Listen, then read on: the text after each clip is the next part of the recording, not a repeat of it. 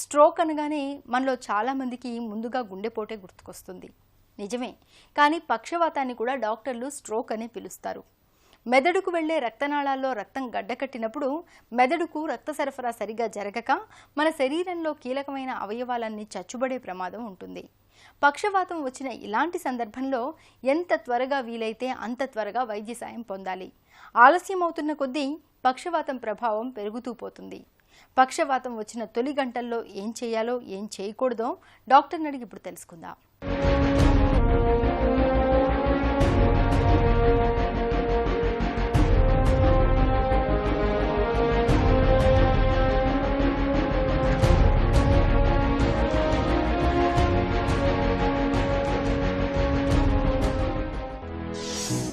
పక్షవాతం ఎందుకు వస్తుంది? మెదడుకు రక్త సరఫరా తగ్గిపోవడం లేకపోతే ఆగిపోవడం వల్ల పక్షవాతం వస్తుంటుంది. బ్రెయిన్లో ప్రతి పార్ట్ కూడా ఒక ఫంక్షన్కు అనేది ఫిక్స్ అయి ఉంటుంది. మనకు బ్రెయిన్లో ఏ పార్ట్ ఎఫెక్ట్ అవుతే దాని సిమ్టమ్స్, దాని లక్షణాలు అనేవి మన బాడీలో కనిపిస్తుంది. దానికి కారణాలు కొన్ని మాడిఫై చేయొచ్చు, కొన్ని మాడిఫై చేయలేని కారణాలు ఉంటాయి. నాన్ మాడిఫైబుల్ అంటాం. అవి ఏంటంటే కొంచెం ఏజ్ పెరిగే కొద్దీ స్ట్రోక్ వచ్చే ఛాన్సెస్ ఎక్కువ ఉంటుంది.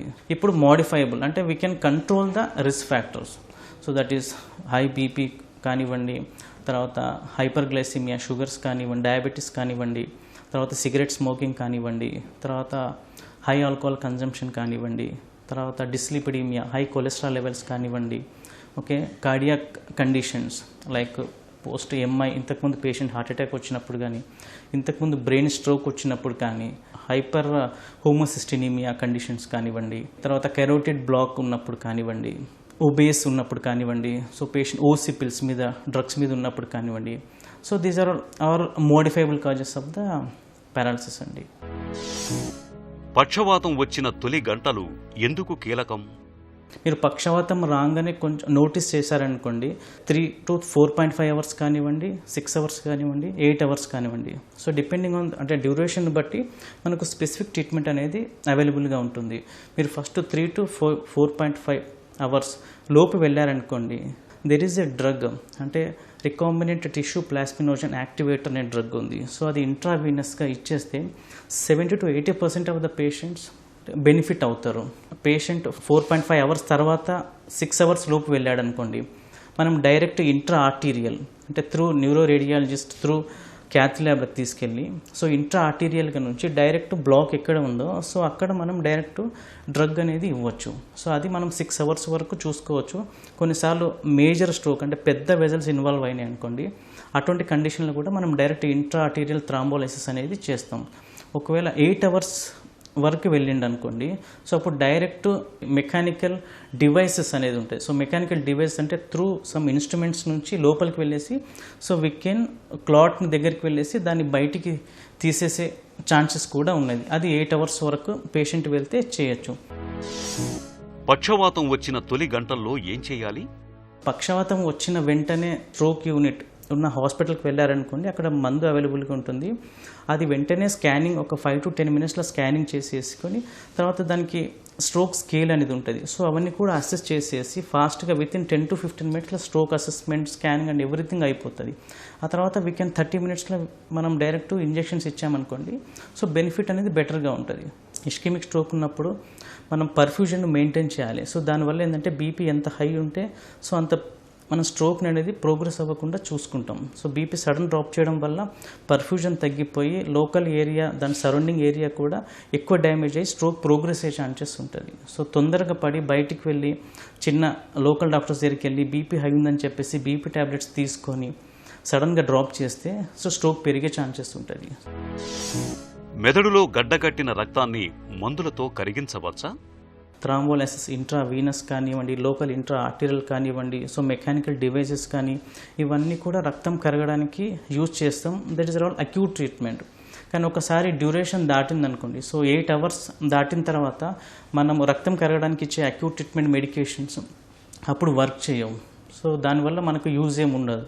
8 అవర్స్ దాటిందనుకోండి, we have to prevent the restroke. అంటే రీస్ట్రోక్ మళ్ళీ స్ట్రోక్ రాకుండా యూజ్ చేసే మెడికేషన్స్ ఉంటాయి. దాన్ని యాంటీప్లేట్లెట్స్ అంటాం, బ్లడ్ థిన్నర్స్ అంటాం. అవి యూజ్ చేస్తాం. ఏదో రికోస్ప్రిన్ కానీ, క్లోపిడోగ్రిల్ కానివ్వండి, డైపిరిడమోల్ కానివ్వండి, ఇలాంటివి మెడికేషన్ స్టార్ట్ చేసి రీస్ట్రోక్ రాకుండా చూసుకోవచ్చు. పక్షవాతానికి చికిత్స ఎలా ఉంటుంది? బ్రెయిన్ ఏదైనా స్ట్రోక్ వచ్చినప్పుడు అది స్లోగా అంటే వాపు అంటాం. సో ఫస్ట్ 1 డేలోనే సెకండ్ డేలోనే వాపు అనేది స్టార్ట్ అవుతుంది. తర్వాత గ్రాడ్యువల్గా వాపు అనేది పెరుగుతుంది.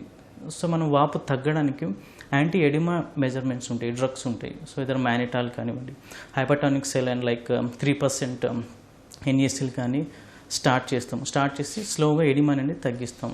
So patient Jesus Glasgow coma scale ఉంటుంది, అది మెయింటైన్ చేయాలి. అది 8 కన్నా స్కోర్ తగ్గిందనుకోండి, పేషెంట్కి యాస్పిరేషన్ అంటే డ్రౌజీగా ఉండి యాస్పిరేషన్ అయ్యే ఛాన్సెస్ ఉంటుంది. సో అలాంటి కండిషన్స్లో మనం వెంటిలేటర్ పెట్టేసి అంటే ఇంట్యూబేట్ చేసేసి వెంటిలేటర్ సపోర్ట్ ఇవ్వాలి. ఐసోటోనిక్ సైలెంట్స్ పెట్టేసి సో మనం బీపీ స్టెబిలైజ్ చేసుకోవాలి. కొంతమందికి ఫిట్స్ వచ్చే ఛాన్సెస్ ఉంటాయి. సో ఫిట్స్ వచ్చిన తర్వాత we have to start anti fits treatments ఉంటుంది, దాన్ని చూసుకోవాలా. Total middle cerebral artery in fact వచ్చింది అనుకోండి, okay. So in that condition మనకు 70% ఆఫ్ ద బ్రెయిన్ ఎఫెక్ట్ అవుతుంది. సో దానివల్ల ఏంటంటే ఆఫ్టర్ 1 డే సెకండ్ డేలో ఎడిమా స్టార్ట్ అయ్యి నార్మల్ బ్రెయిన్ కూడా పుష్ చేస్తుంటుంది. సో ఆ కండిషన్లో ఏంటంటే మనం ఏంటంటే ఆ ప్రెషర్ అనేది తగ్గించాలి. మేజర్ వెజల్ బ్లాక్ ఏదైనా MCA బ్లాక్ ఉందనుకోండి, సో 48 hours లోపు ఆ సర్జరీ చేస్తే patient we can save the life. Massive bleed ఉందనుకోండి, మనం క్రేనియాటమీ చేస్తాం, తర్వాత బ్లీడ్ని కూడా ఎక్స్ట్రాక్ట్ చేస్తాం. ప్రాబ్లమ్ని బట్టి చిన్న స్ట్రోక్ ఉందనుకోండి మెడికల్గా మేనేజ్ చేయొచ్చు. If it is large infarct ఉందనుకోండి డికంప్రెషన్ అవసరం పడుతుంది. If it is massive bleed ఉందనుకోండి అప్పుడు మనం క్రేనియాటమీ తర్వాత ఎక్స్ట్రాక్షన్ ఆఫ్ ద బ్లీడ్, ఇలాంటి ప్రొసీజర్స్ ఉంటాయి. పక్షవాతాన్ని నివారించుకోవచ్చా? పక్షవాతాన్ని ప్రివెంట్ చేయొచ్చు. అది ప్రైమరీ ప్రివెన్షన్ లేకపోతే secondary prevention. So primary prevention అంటే we have to control the risk factors.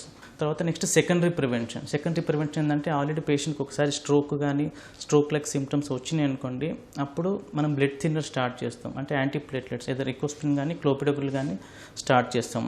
అవి రెగ్యులర్గా యూస్ చేయాలి. So that is for life long medications. Main acute treatment తర్వాత పేషెంట్ డిశ్చార్జ్ అయిపోయిన తర్వాత నెక్స్ట్ పారాలసిస్ అనేది నెక్స్ట్ ఇంప్రూవ్మెంట్ ఫిజియోథెరపీ నుంచి అవుతుంది.